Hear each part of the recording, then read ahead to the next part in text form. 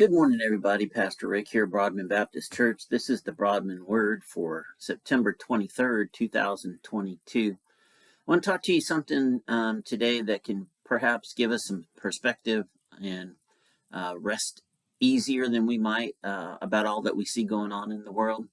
It's God's wrath against humanity, and it's from Romans chapter 1, verse 18, the Apostle Paul talking to us, and I'll read.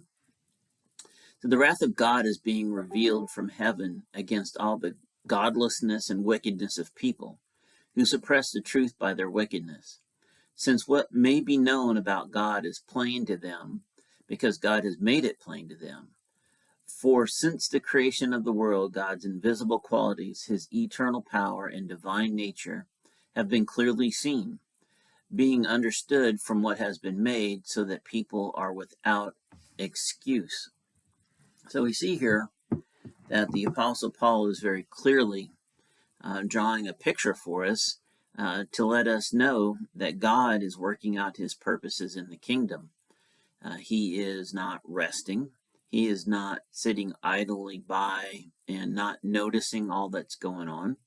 He is, in fact, working out his will amongst the people. But it's difficult for us, not being God or not having a God view of things, to understand what might be his purposes in any given situation. But Paul is giving us rest here to know that God is God. He has made his will known since creation, and he's made it known to the people even who are doing wrong. And so he's working out his wrath. But we don't know what that looks like. You think about the wrath of God, and you think about these biblical images of cities being destroyed and armies being routed, and classic David and Goliath type battles, Daniel in the lion's den, you name it, earthquakes, breaking open prisons and setting people free, stuff like that. You're thinking about these massive things. But it doesn't necessarily have to be that way.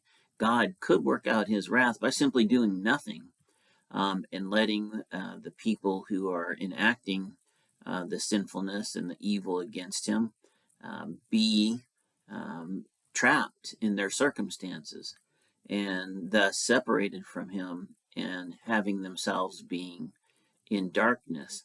It doesn't necessarily mean that they even know that they're under the wrath of God, but we do.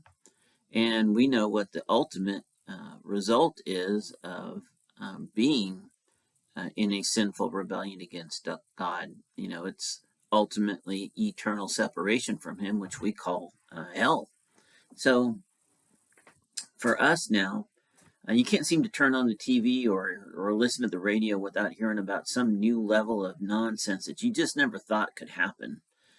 You wouldn't think reasonable people would be able to do those things, be able to say those things. You just look at the language that's present in TV and movies, and what you see in people having conflicts on the news and YouTube and all our other media outlets. It's just crazy, the level of anger and the quickness that the anger is able to elevate, and the levels it's able to elevate to, and the actions against one another and the words, and it's craziness.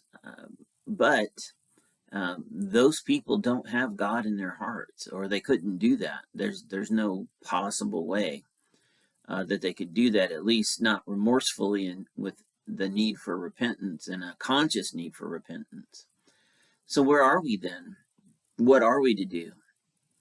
There needs to be a certain sadness about us for what we're seeing, because of the lostness and what we know that will ultimately bring. But then it's for us to do our jobs and to, for the greatest extent as it's possible, us to live at peace with each other even, and to be the messengers, the representatives of the gospel in any given situation. Not always easy to do, not always possible to do. Sometimes it's just outright rejected, and you along with it. So just understand that you're not alone, that God is not absent from the situation, that God is not endorsing things like this to happen. He's watching carefully, peacefully from his perch in heaven, and with all the power that the God of the universe and everything in it has, he is either with his abundant grace and love for us, leaving the door open to many to come to him, and using his believers to bring those folks in to unite people to the cross, or with his classic father of humanity characteristics and qualities, allowing some children to find out that their way is not right. Even sometimes when it is so stark, you can't think how this could possibly serve the purposes of God. Well, it is in those stark moments when the most vile of things happen, the most grotesque behaviors revealed, that we find as believers a need to cling to God so we become closer and stronger. But it's also in those times where humanity takes a step back collectively and recognizes that this is not right. This is clearly not good for us.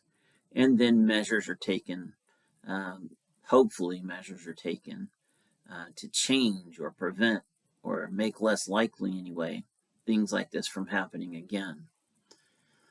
So it's not for us to be anxious. It's not for us to be overly worried. It's not for us to be fearful because we have the one true God on our side, and he is working out his wrath amongst those who are in sinful rebellion against him. It's not up to us to ask how or why. It's not even for us to know what he's doing.